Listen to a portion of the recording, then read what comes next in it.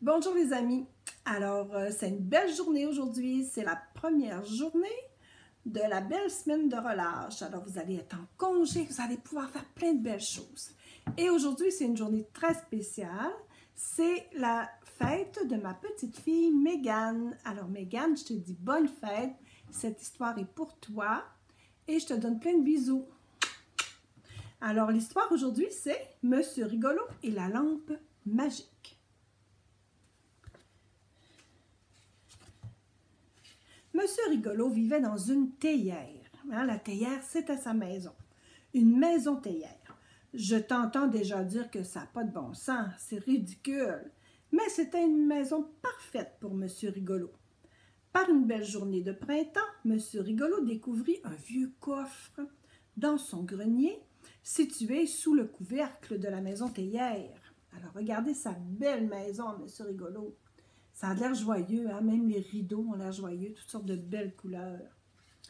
Et au fond de ce coffre, il dénicha un tapis très spécial, un tapis magique, un tapis volant. Ravi de sa trouvaille, Monsieur Rigolo décida aussitôt de faire un petit voyage pour voir où son tapis l'emmènerait. Et c'est ainsi que commença l'aventure de Monsieur Rigolo en ce beau matin de printemps. Alors on le voit partir, hein? Avec son beau tapis volant. Part en voyage. Monsieur Rigolo survola d'abord la maison de Monsieur Endormi, qu'il réveilla à grand bruit. Hein? Monsieur Endormi faisait dodo, il le réveillait. Il en profita pour lui faire de drôles de grimaces, parce que Monsieur Rigolo, il aimait ça faire des grimaces. Monsieur Endormi rit tellement qu'il tomba en bas de son lit. Ça a bien fait rire Monsieur Endormi, les grimaces de Monsieur Rigolo. Monsieur Rigolo survola ensuite la maison de Monsieur Maigre, qui fit tellement rire que Monsieur Maigre trébucha contre une fleur et lâcha une petite miette de pain qu'il avait mise dans son panier à pique-nique, parce que Monsieur Maigre mange vraiment pas beaucoup. Alors le voilà qui rit aux éclats. Monsieur Rigolo, on dirait qu'il fait rire tout le monde finalement. Puis il survola la maison de Monsieur Hatchoum, qu'il fit tellement rire que Monsieur Hatchoum cessa d'éternuer. Alors, maintenant, le tapis volant l'amena ici et là. Monsieur Rigolo passa au-dessus de montagnes, de vallées, de la mer, jusqu'à temps qu'il atteigne le désert. Mais là, il n'y avait plus personne pour rire des grimaces de Monsieur Rigolo. Il était sur le point de repartir lorsqu'il aperçut un objet brillant, enfoui dans le sable. C'était une lampe. « Qu'est-ce que c'est que cette vieille lampe? » se demanda-t-il en la frottant pour la nettoyer.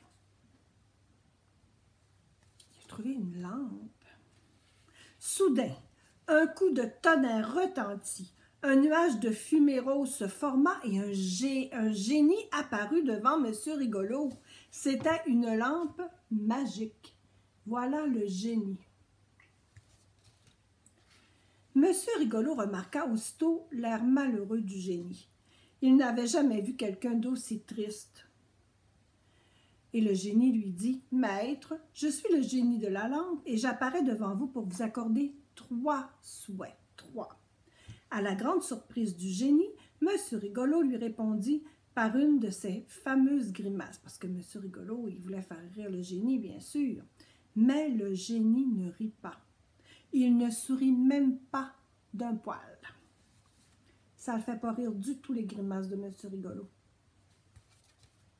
« Oh, soupira Monsieur Rigolo, il va me falloir plus qu'une grimace pour décrocher un sourire à ce génie. » Soudain, il eut une bonne idée. « Pour mon premier vœu, je voudrais qu'un éléphant joue du piano. »« Bien, maître, dit le génie, et avant que tu puisses dire tabouret de piano cassé, un éléphant jouant du piano apparut devant eux. Monsieur Rigolo éclata de rire.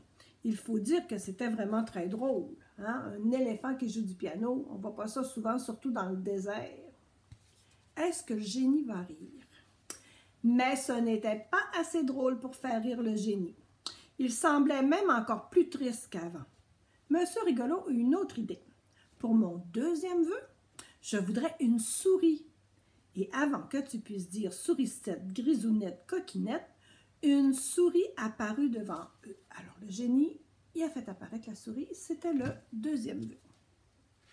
Et comme tu le sais certainement, les éléphants ont peur des souris. Ben moi, je ne le savais pas, je le découvre. La trompe de l'éléphant se mit à trembler, puis bientôt ce fut l'éléphant tout entier qui trembla. Il sauta sur le piano qui s'écroula sous son poids. Monsieur Rigolo n'en pouvait plus de rire, il riait, riait, riait, c'était si drôle de voir un gros éléphant qui a peur d'une si petite souris. Est-ce que le génie va rire?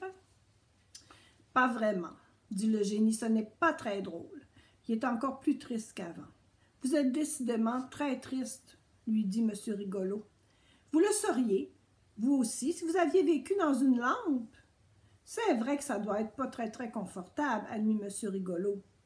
C'est peu de le dire, dit le génie. Il n'y a même pas de place pour tousser. Alors, il n'aime pas trop ça, vivre dans sa lampe, le génie, hein? Moi, je vis dans une théière, une confortable théière, voyez-vous, expliqua M. Rigolo, qui soudain eut une merveilleuse idée. Pour son troisième vœu, je voudrais que votre lampe devienne une belle maison. Et avant que tu puisses dire un maçon pour ma maison, la lampe du génie se transforma en maison. Ah, ça va être probablement plus confortable. Le génie sourit. C'était un petit sourire, mais un sourire quand même. Regardez là, il y a un petit sourire. Ah, voilà qui est mieux, dit M. Rigolo. Bon, maintenant, comment cet éléphant va-t-il faire pour rentrer chez lui? Je sais, je voudrais que... Désolé, l'interrompit le génie. Vous avez déjà utilisé vos 3 vœux, il n'y en a plus des vœux là, c'est terminé. Alors M. Rigolo et l'éléphant durent se serrer sur le tapis volant pour rentrer à la maison. Il fallait les voir, c'était si drôle, mais tellement drôle, regardez ça. Le tapis volant, le gros éléphant, puis M. Rigolo. Une chance que le tapis volant est solide. Et là, le génie éclate de rire, regardez. Il a trouvé ça vraiment drôle, le génie. Puis là, je pense qu'il va être heureux parce qu'il va avoir une vraie belle maison.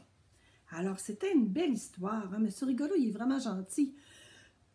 En plus de faire rire les gens, il fait des choses gentilles.